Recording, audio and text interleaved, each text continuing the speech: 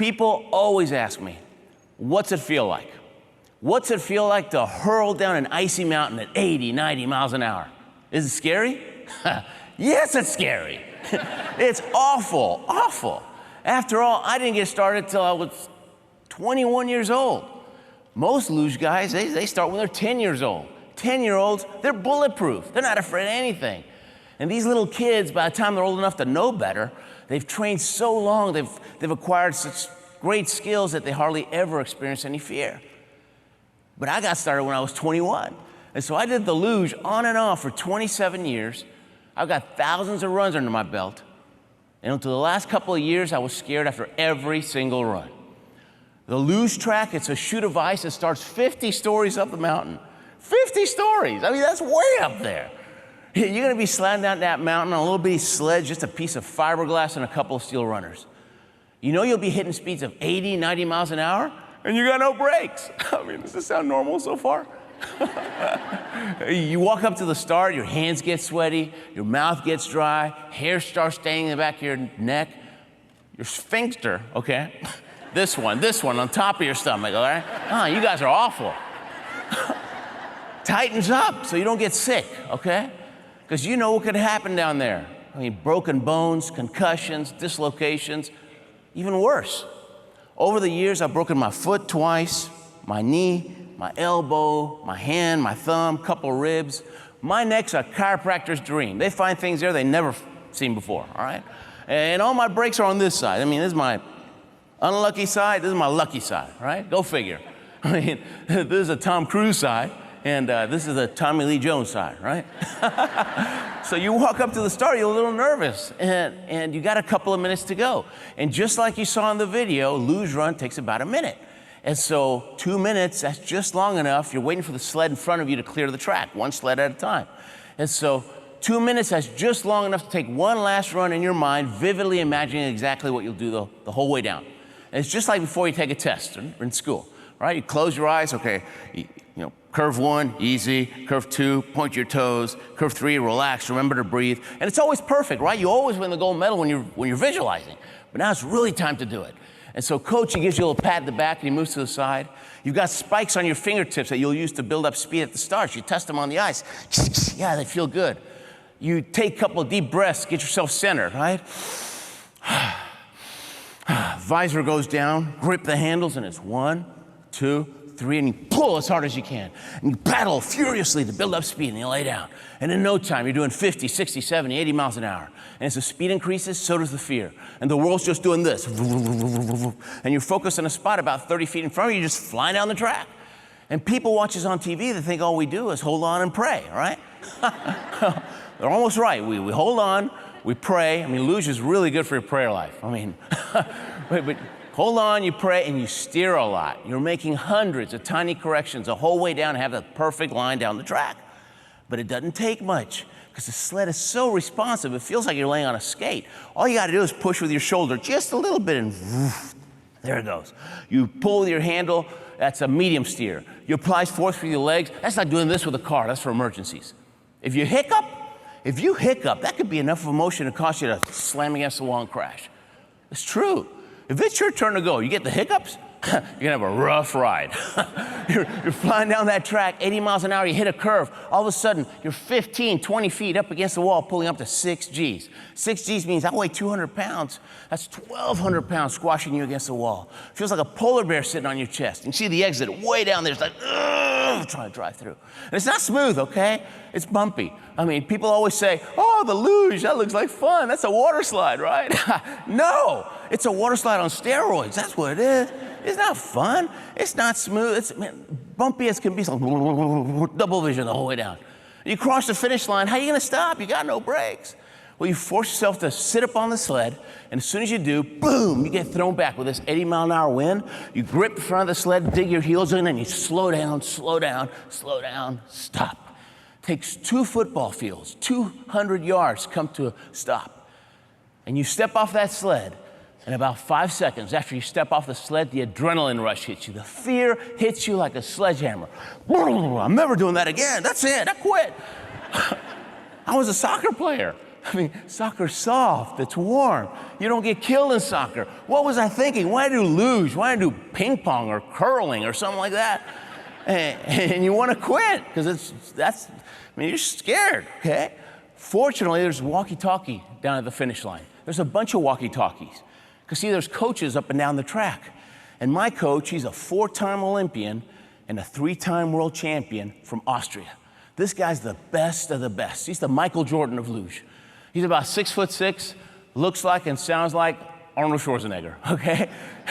And when he says jump, I say how high, okay? This guy's mean, he's tough. He could have been a drill sergeant, all right? I mean, I don't even like him.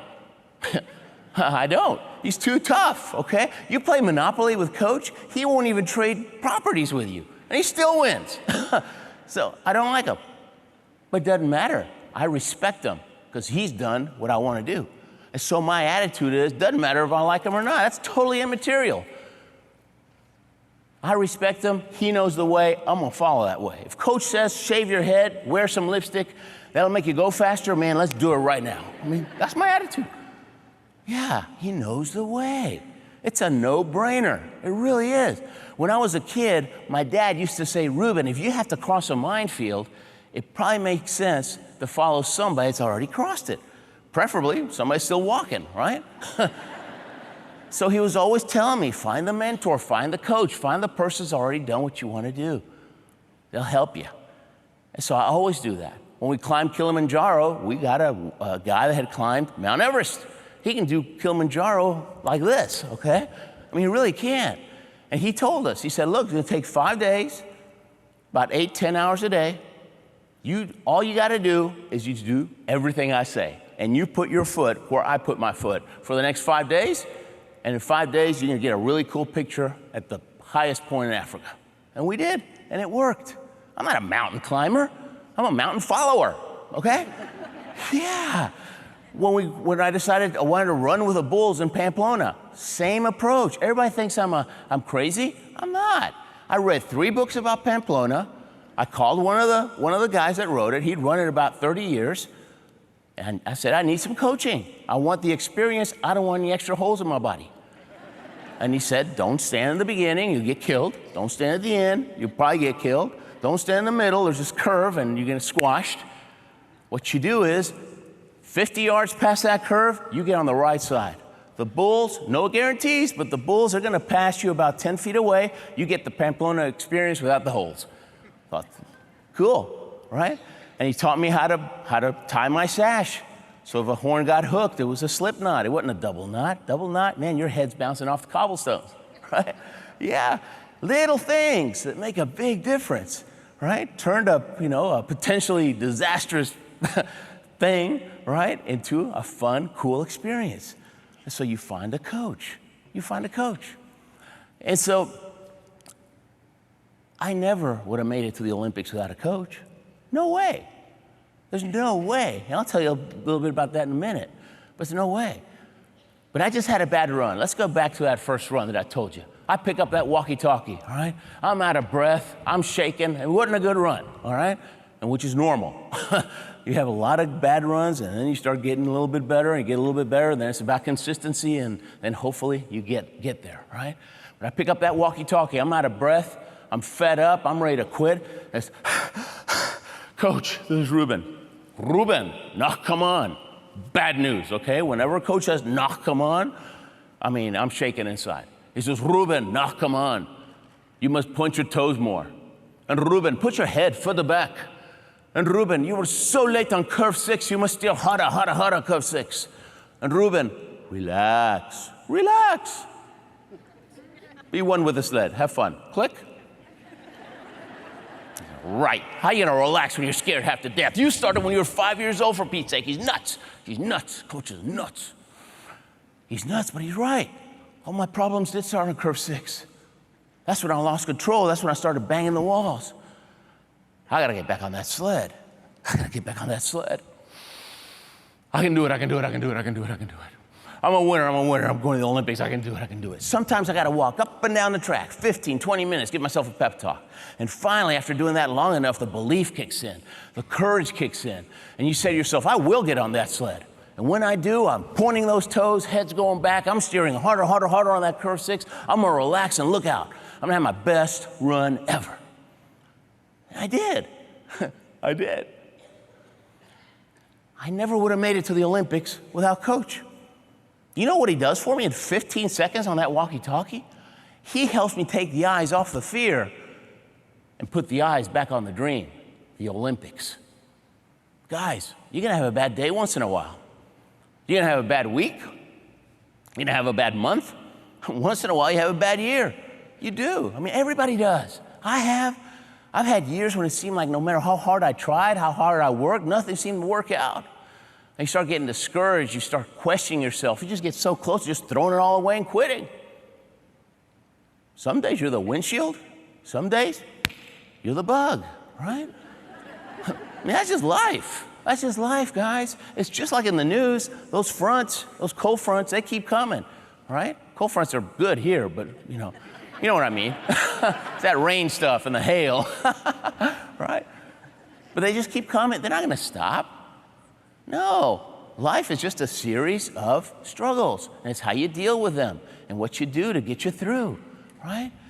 So when you're going through life's storms, don't try to figure it out on your own, right? If you do, you'll always take the easy way out. You'll regret it later. Rather, do what I did.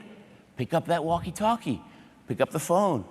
Call your best friend. Call your best buddy. Call your husband, your wife. Call somebody, okay? Call somebody that loves you. Call somebody in this room. Call somebody that loves you, somebody that believes in you. Somebody gets you back on track.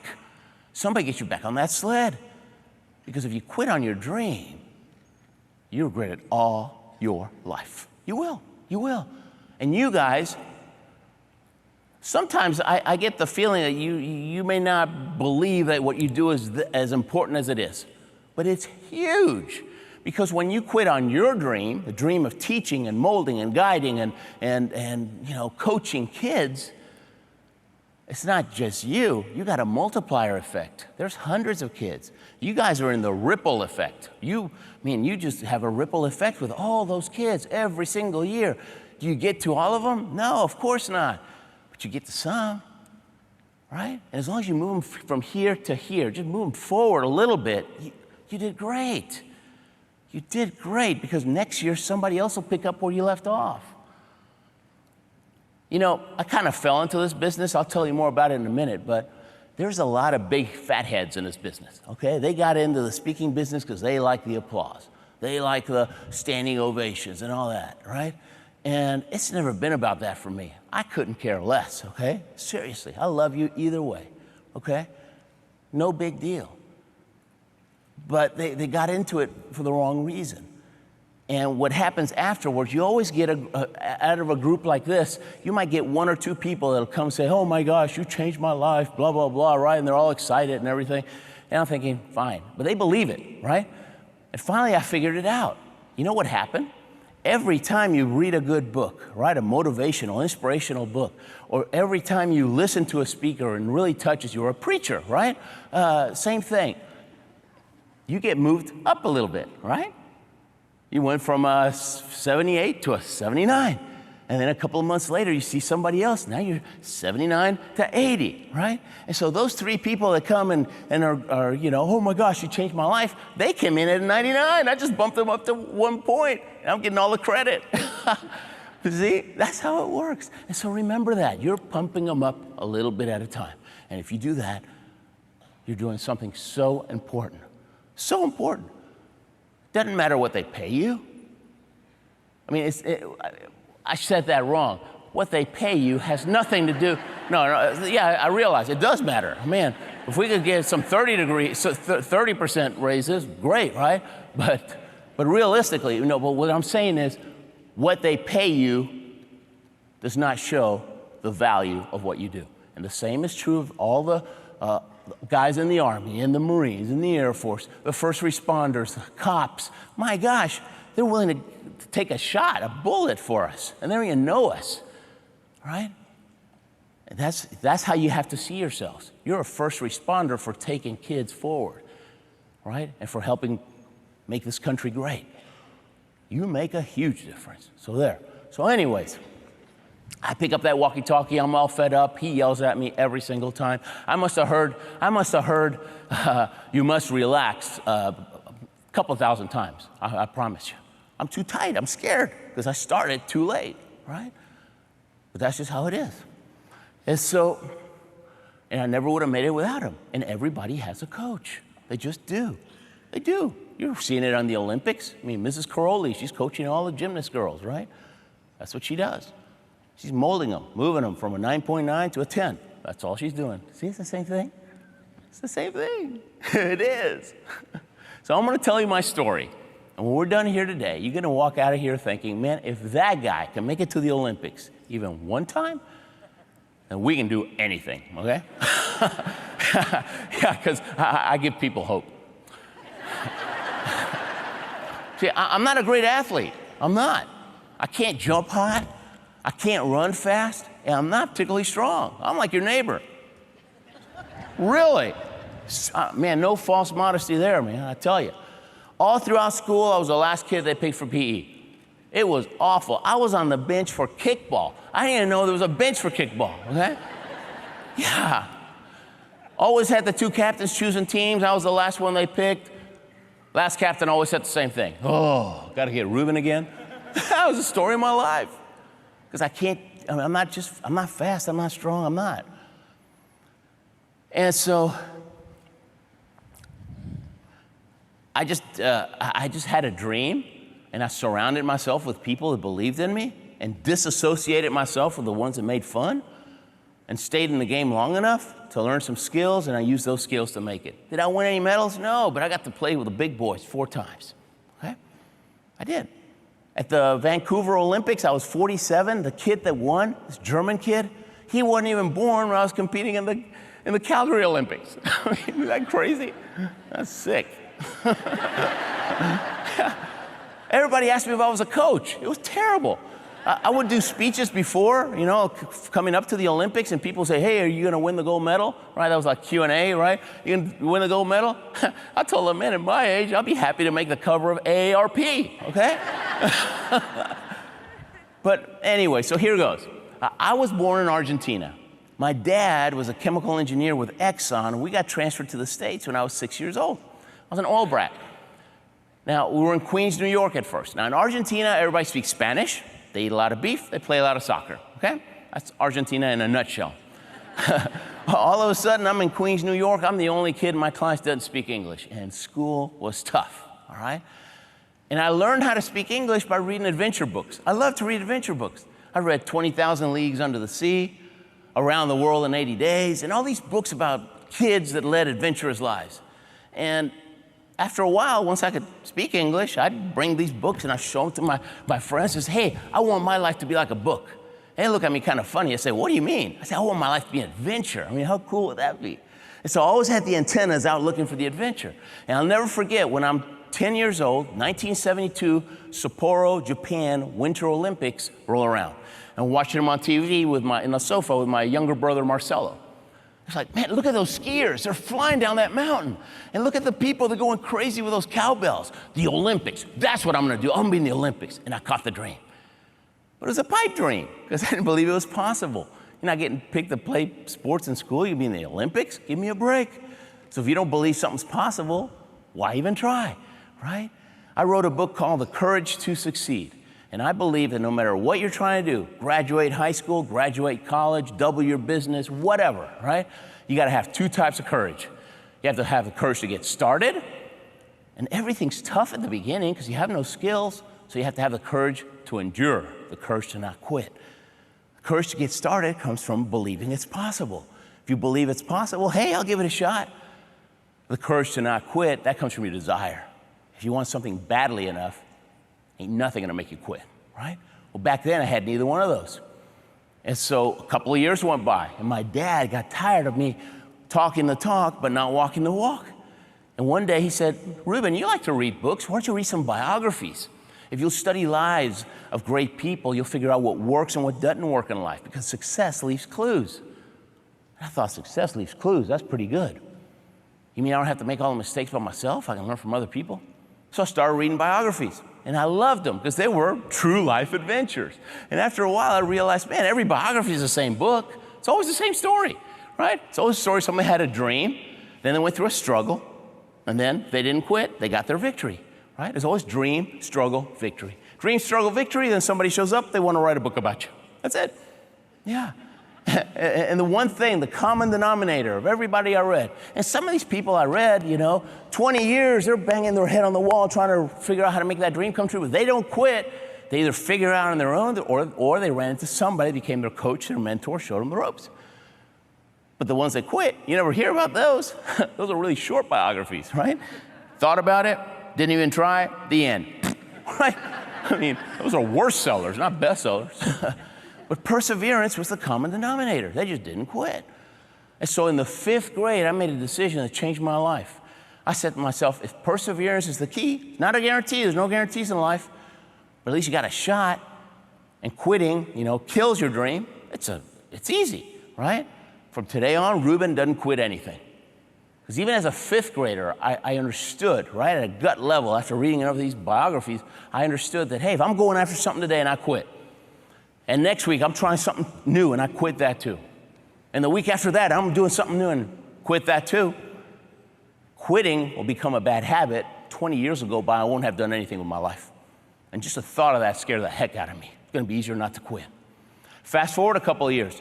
Now I'm walking out of my high school library. I'm a sophomore or a junior. This kid walks up to me and goes, hey, Ruben, you know what your nickname needs to be? I said, no, what? He said, Bulldog. We got some Bulldogs here today, don't we? Whoa, right in the middle. Whoa. Awesome. I saw those T-shirts, man. I love it. He goes, your name needs to be Bulldog. And I said, Bulldog? Why? He says, Bulldogs never quit, right? They don't. If a Bulldog grabs hold of your leg, you're not letting go. I thought, really? He goes, yeah. I turned around, I went back to the library. I got me a book about bulldogs. I got to check it out, right? I'm a chemistry, biology double major, right? I went to Houston Baptist University. I was supposed to be pre-med, and I'm saving lives today by not being a doctor, because you don't want me operating on you. But I got me a book about bulldogs, and it checked out. Bulldogs are bred to be tenacious. In the old days, 200 years ago, they'd have a bull ring in England. A bull, a handful of bulldogs, and it was a fight to the death. And that was a big spectator sport in England before ESPN, okay? Now, the only way a little bulldog's gonna beat a bull is to not let go. You know why their nose is so flat and their jaw sticks out? They're ugly for a reason, okay? Once they clamp on, their nose is way back here. They can breathe all day long. They don't have to let go. When I read that, I got excited. I ran out of that library, first person I met. I said, my name's Ruben, but you can call me Bulldog, all right? And from that day on, I was Bulldog. And I didn't know I was doing this. I didn't know I was doing this, but I was creating positive peer pressure to make me even more perseverant. Because imagine your nickname in high school is Bulldog, and you're a big quitter, right? They'd run you out of there. The books you read, my dad always said, the books you read and the people you hang around with, those two things will determine if you make your dream come true or not. He said, Ruben, you want to hang around people you have respect for, not people you have influence over. If all you ever do is hang around these people are always whining, they're making excuses, they don't have any work ethic, they want everybody to give things to them in a silver platter. Man, they're not going anywhere. If all you do there, you try to break out of that pack, they're going to pull you back. And if you try to do something special, right, then none of them is going to encourage you to go for it. He says, you want to hang around winners. Successful people think big. They're always focusing on the dream. They don't focus on the obstacles. There's always going to be obstacles, but they focus on the dream. Why? Because the dream gives you energy. It gives you strength. It gives you passion. It gives you everything you need to bust through those obstacles, right?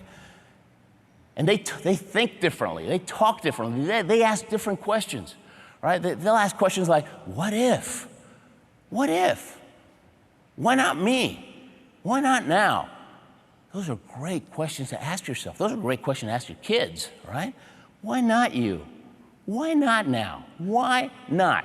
I just watched October Sky. I'm sure you guys have seen it, right? About the kids that wanted to shoot rockets. Awesome, awesome movie. I can't believe I've never heard of it before. It's a 20-year-old movie.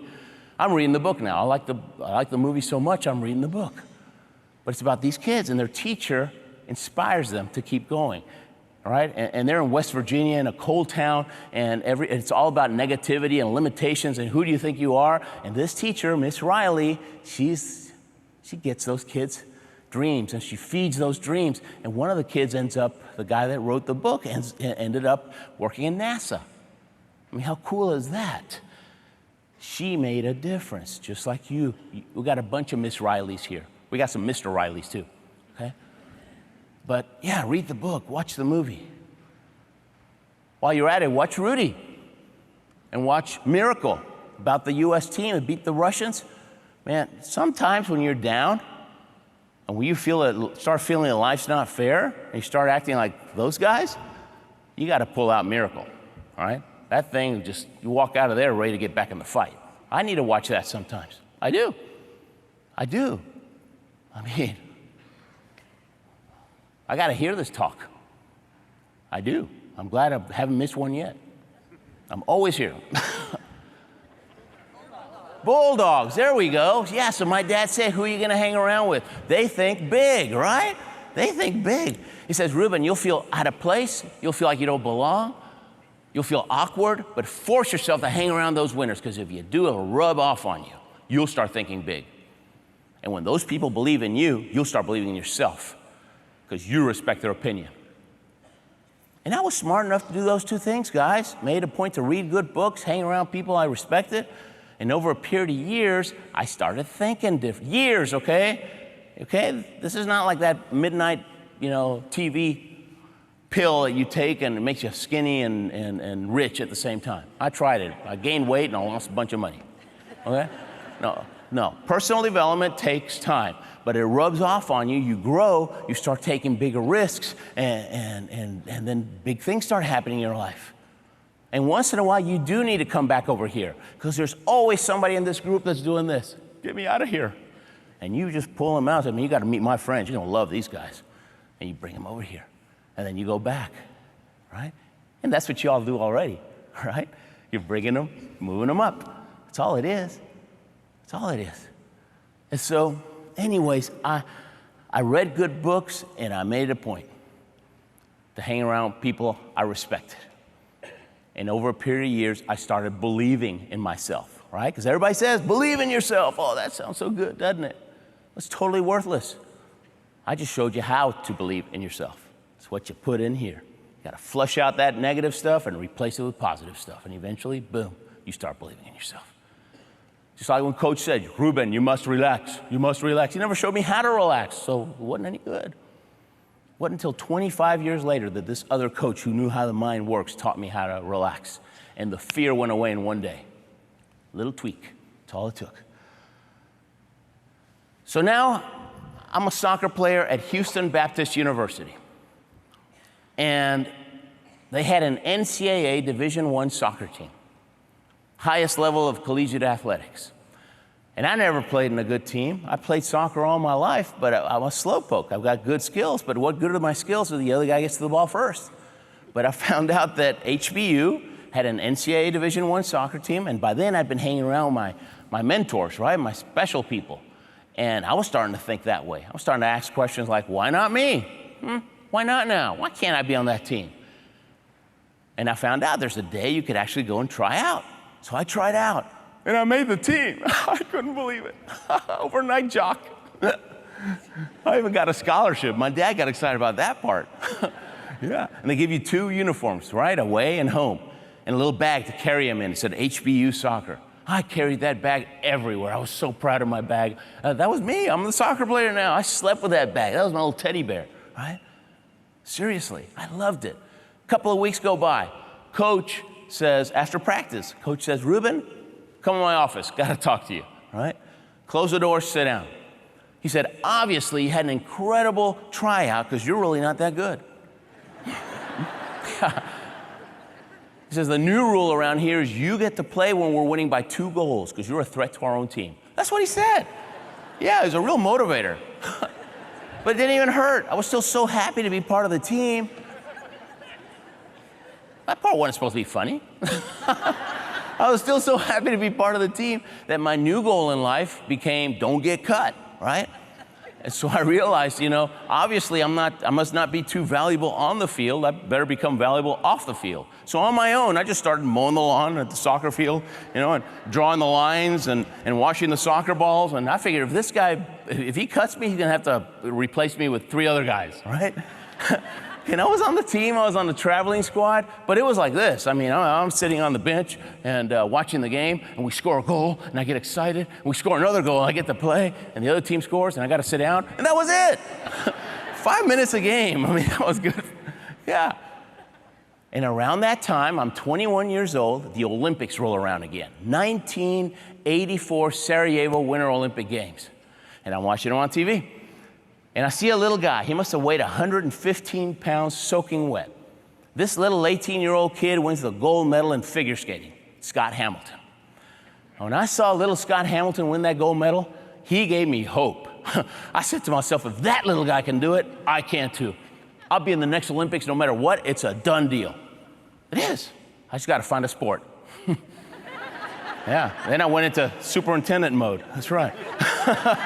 I did exactly what you did. I think we should start a doubles team and go for the next one. Yeah. Went back to the library. And all the answers are in the library. I mean, really. They are. They really are. You can find anything there. Got a big book about the Olympics. I got 4 years. I've got 4 years there's going to be another Olympics. Right? So I got a deadline on my goal. That gives me urgency. There's no time to waste. There's already all these East Germans that are good at my sport. I don't even know what sport it is. I mean, think about that. A bad situation, okay? I got this big book. I started going through the list of the summer sports, just like you. After 5 minutes, I realized, man, you got to be a super athlete to do any of this stuff. There's no way. I mean, you got to be able to jump over houses and lift cars and run 100 miles an hour. I couldn't do any of that stuff. So I got down.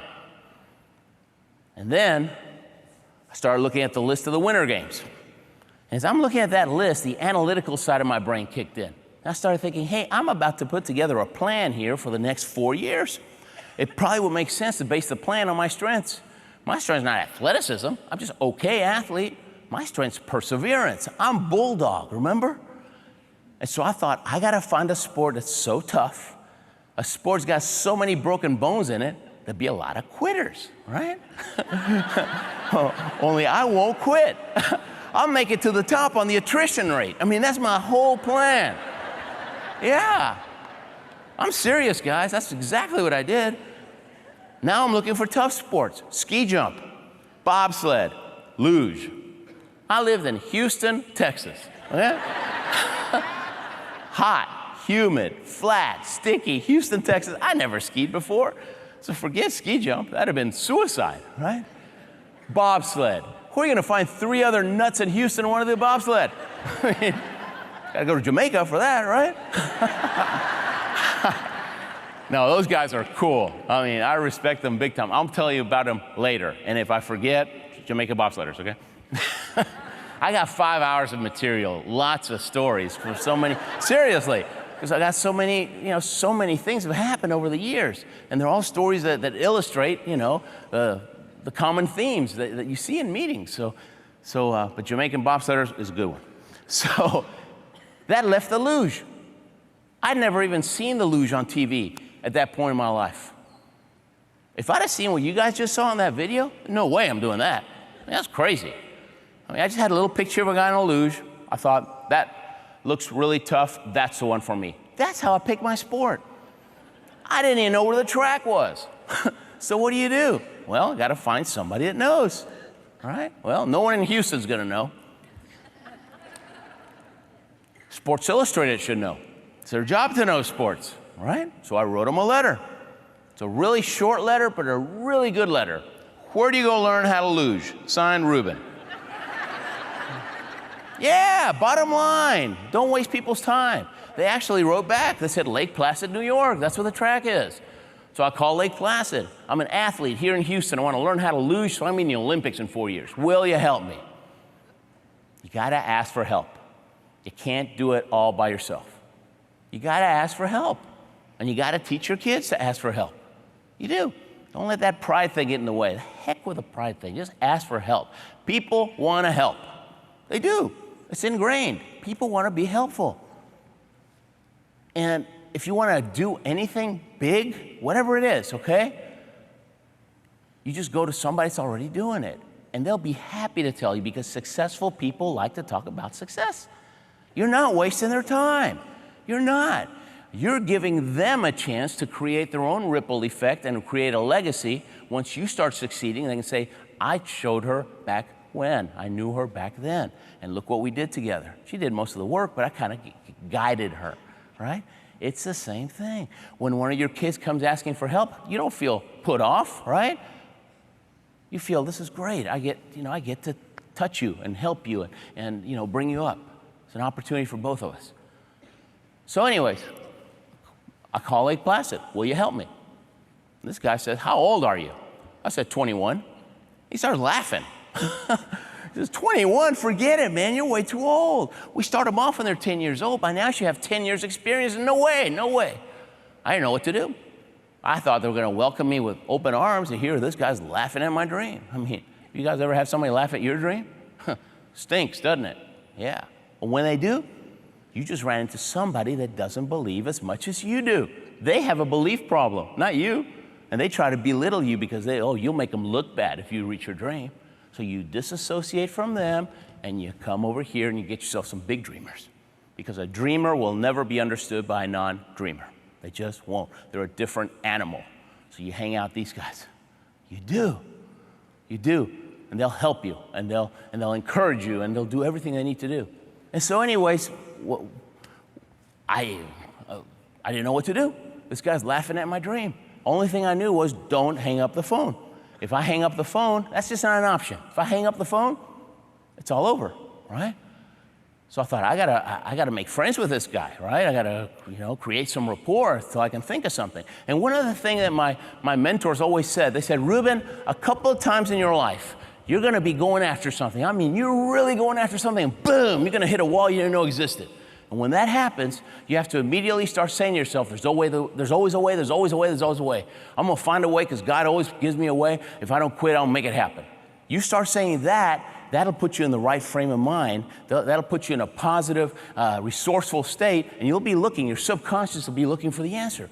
But what do most people do? Oh, man, not fair. This always happens to me. Every time I try to do something, that happens to me. And you quit. You start whining, and boom, you're down. You can't do that. When you have all this momentum, you can't lose that momentum. You can't. I've got a friend that's a boxer. He almost made it to the Olympics. He missed it by one fight.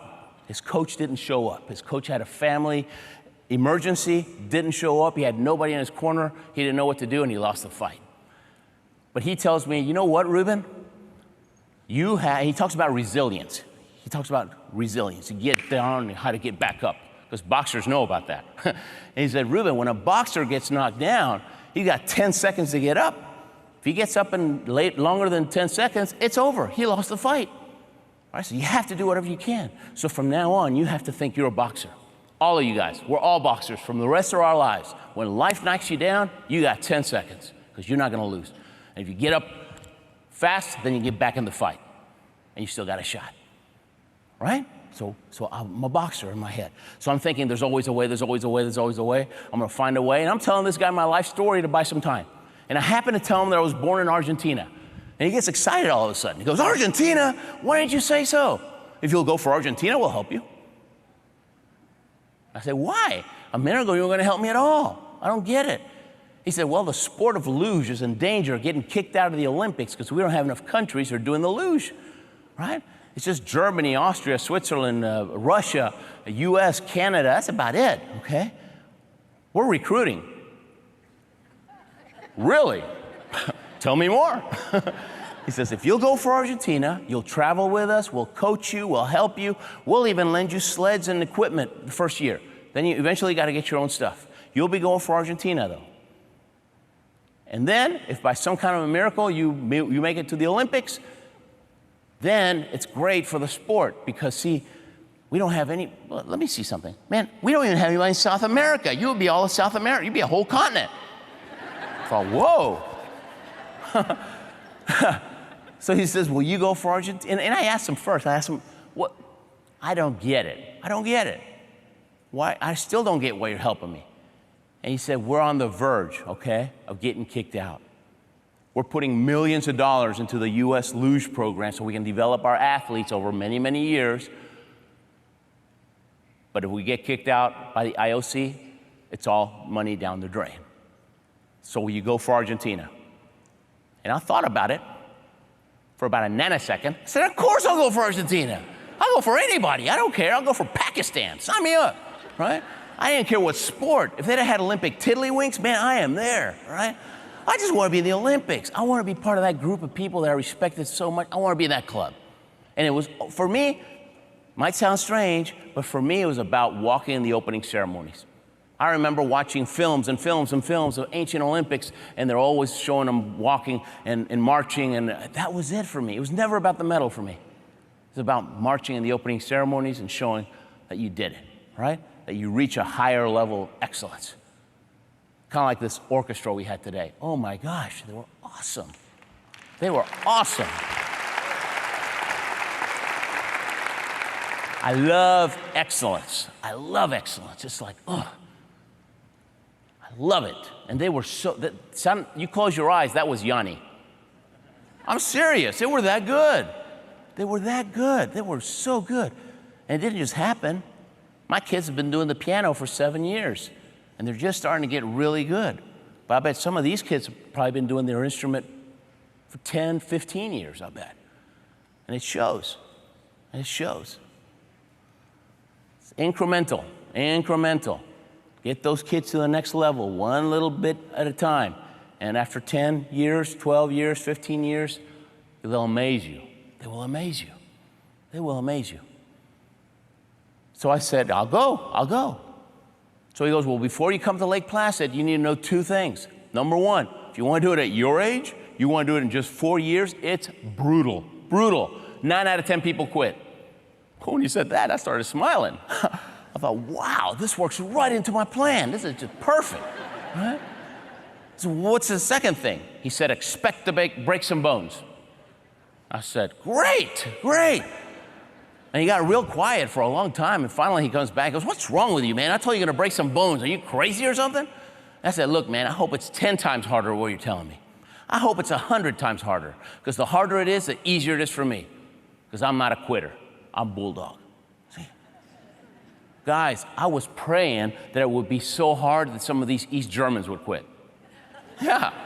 And obviously, I didn't pray hard enough, because they always show up, they race, they pick up their medals, and they head home. I mean, they are so good. Oh, my gosh.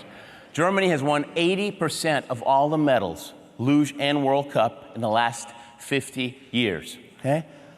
Yeah, it's like if the Cowboys have won 80% of the Super Bowls in the last 50 years. They changed the rules. They'd make it illegal. And they're not any better.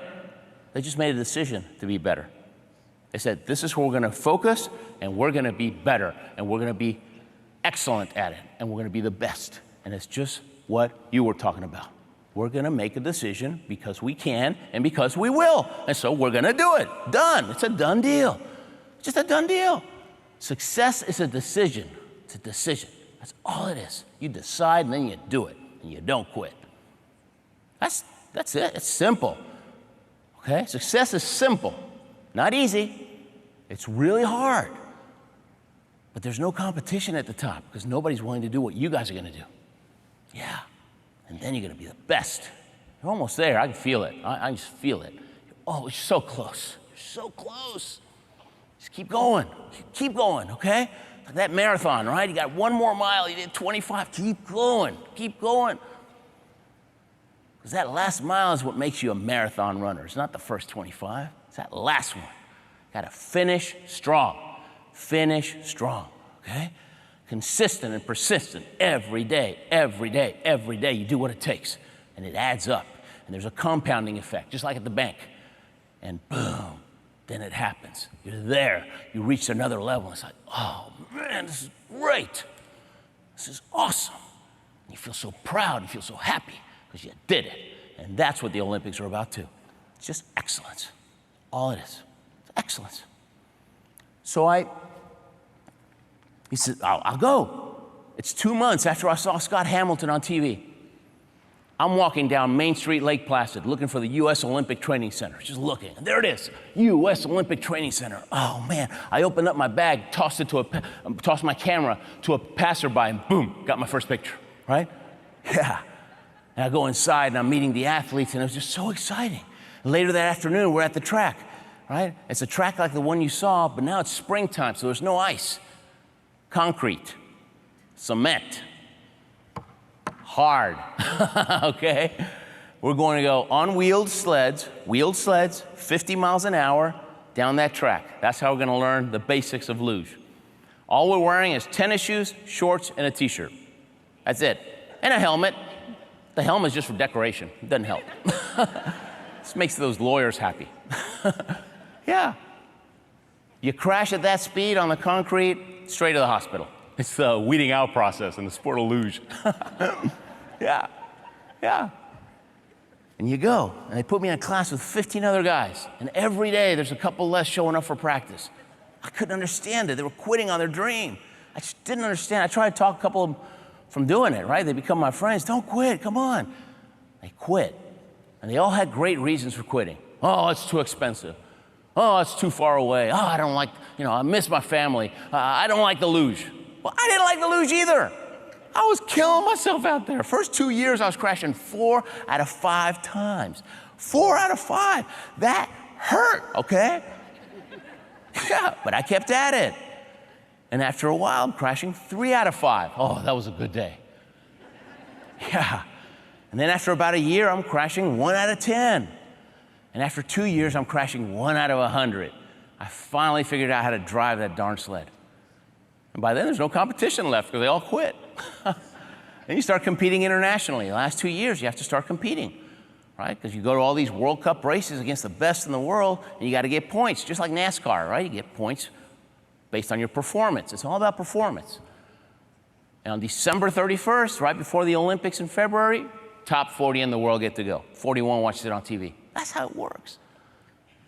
Yeah. And that 4th year, I was able to crack into the top 50. Back then, it was top 50. Now it's top 40. But top 50 in the world, and I got to go to the Olympics. Calgary, 1988. That's the one you see in Cool Runnings, right? I love that movie because it takes me back, right? Eddie the Eagle, same thing. He was there. I mean, when you're walking into the opening ceremonies and you feel so happy, you feel so proud. And at the same time, I felt sad for a couple of guys that quit because they become my friends.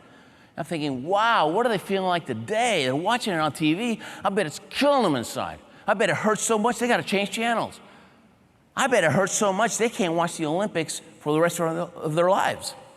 And on their deathbed, they'll be thinking, what if? What if I hadn't quit? See, I paid a huge price to make it to the Olympics, okay? But everyone will pay a huge price to reach their goals and dreams. That's just the price of success. That's just life. See, I believe that God gives you the dream. He puts the dream in your heart, okay? I believe. And it's like a carrot in front of a horse. The dream will get you to do things that you wouldn't have done without the dream. It'll help you take chances. And you start digging deep inside. You start realizing what you're made up of, right? And you get strong. But the dream is the carrot, right? In the pursuit of your dream, don't ever tell anybody that you're being selfish when you're chasing a dream. No, because it's not about the dream. It's about the person you become in the pursuit of the dream. See? And so if you go for it, you grow into the best that you can be, and now you can give the world the best that you can be. That's why the dreamers do all the big things. They do. The Steve Jobs, the Einsteins, the Wilma Rudolphs, the Muhammad Alis, the General George Pattons, people that were willing to push the envelope and do what other people said that it was impossible to do. I said, maybe for you, but not for me, right? I mean, you can catch me. You're gonna have your tongue dragging because you're gonna have to outwork me. And that's their attitude. Whatever it takes for as long as it takes. That's what it takes. That's all it takes. Even before my first Olympics, I might have been jogging. I might have been lifting weights. I might have been eating dinner. I might have been walking down the mall. You know what's going on in here all the time? What I thought about all the time? I could see myself walking into that opening ceremonies. I could see all the people cheering. It was so exciting. And I look over there, and wow, there's the Olympic flag, and there's those rings. We're here. And I look over my shoulder, and wow, here's the Olympic torch burning brightly. And here's the Olympic orchestra playing the Olympic anthem, my favorite song in the whole wide world. And we're high-fiving each other. We made it, it was worth it, it was worth it. You feel the wind hitting your face, and the snow, and the tears, and you feel the goosebumps everywhere. I can feel the goosebumps right now, guys. I am there. And 4 years later, when I actually got to walk into that stadium, it was just like I imagined it, only 100 times better. It was awesome, awesome. The mind can't tell the difference between what you vividly imagine with all your heart and all your soul and all your passion. It can't tell the difference between that and something that's actually happening. So when you go through that little exercise, what's it gonna feel like? What's it gonna taste like? What's it gonna be like when I finally make my dream come true? You get strong inside. You start walking differently. You start talking differently. All of a sudden, people that made fun of you, they disappear from your life. They're after somebody that's weak. All of a sudden, you become better at work. You become a better leader at work. You become a better teacher, because everybody wants to follow somebody that's excited. Everybody wants to follow somebody that's passionate, right? Look back, think back in your lives. Who's your favorite teacher? It probably had nothing to do with the subject. It had to do with the attitude and the excitement. And that's something anybody can do, guys. I'm a shy guy. I know none of you believe me, but I'm a shy guy. I'm a bookworm. I would rather be sitting in the corner reading a book than having to talk to a person, because that's a stretch for me. It is. And look at what I do for a living. I made C's in English, okay?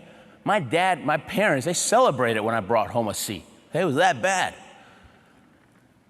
And I've written best-selling books. Doesn't make sense. I'm not a great athlete. I got to go 4 Olympics. It's all attitude and outwork the competition. You can always make up in hard work what you don't have in gifts and talent. I believe that with all my heart, because I've lived it. I've lived it. And so,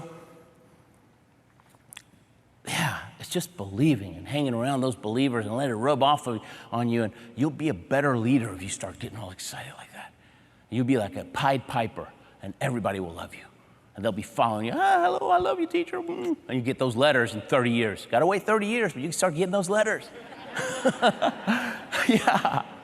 So I'm going to tell you about the Jamaicans, and then I need to close.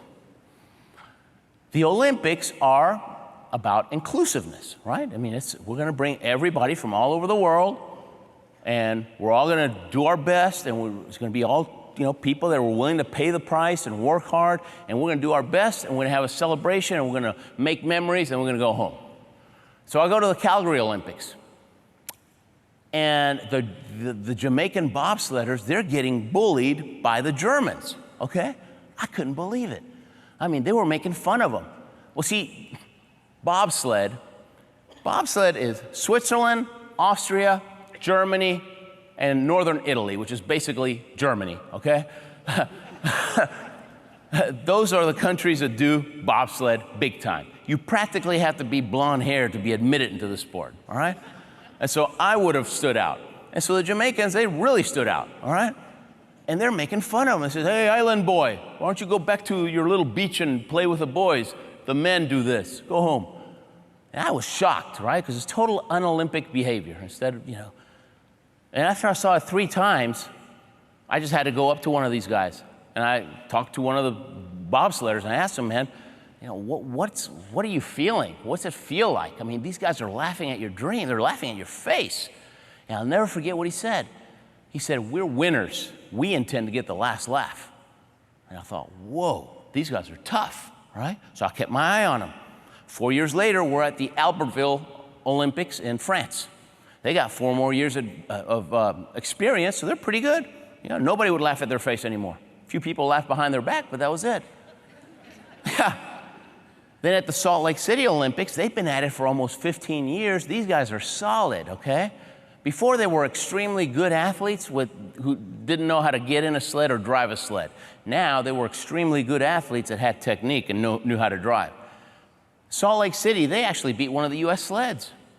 They got a Disney movie, they're laughing all the way to the back, right? So what I learned from the Jamaicans is that average people, and that's most everybody out there, guys, Average people, when you tell them about your goals, your dreams, your ambitions, right, what you want to do, they're going to go through 3 stages. First, they're going to laugh at you because they don't believe. Then, they're going to watch you. And when you start making things happen, they're going to admire you, okay? But you don't get to admiration if you can't put up with laughter, right?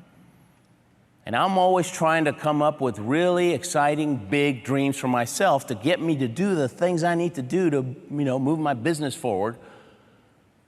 The dream, I have to come up with a really good dream. And if I'm not getting at least a few people once in a while laughing at my dream, I know that's an indicator that I'm not dreaming big enough.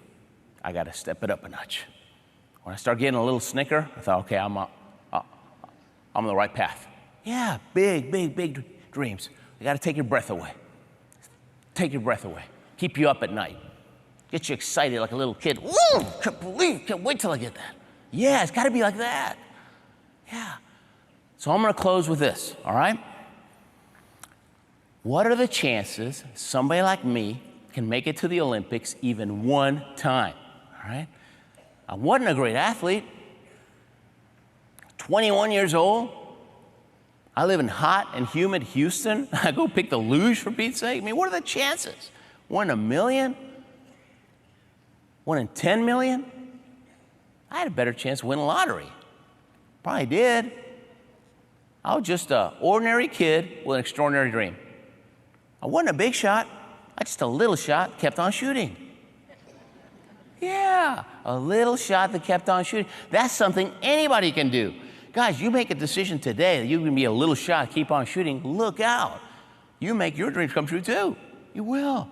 So next time you're having one of those days, next time you're driving that car or you feel like that bug just smashed into the windshield of the car, just remember that guy that got to go to the Olympics. If I can do that, coming from where I came, you guys, with all the teamwork and all the love and all the, like I said earlier, man, I can feel it. You guys are a different type of group, right? You got an awesome leader. He makes it fun, but he knows, right? You guys can do anything. So thank you so much for having me. You guys were awesome. Thank you. Thank you, guys. Thank you. Thank you, boss. Thank you, guys. Woo. Thank you.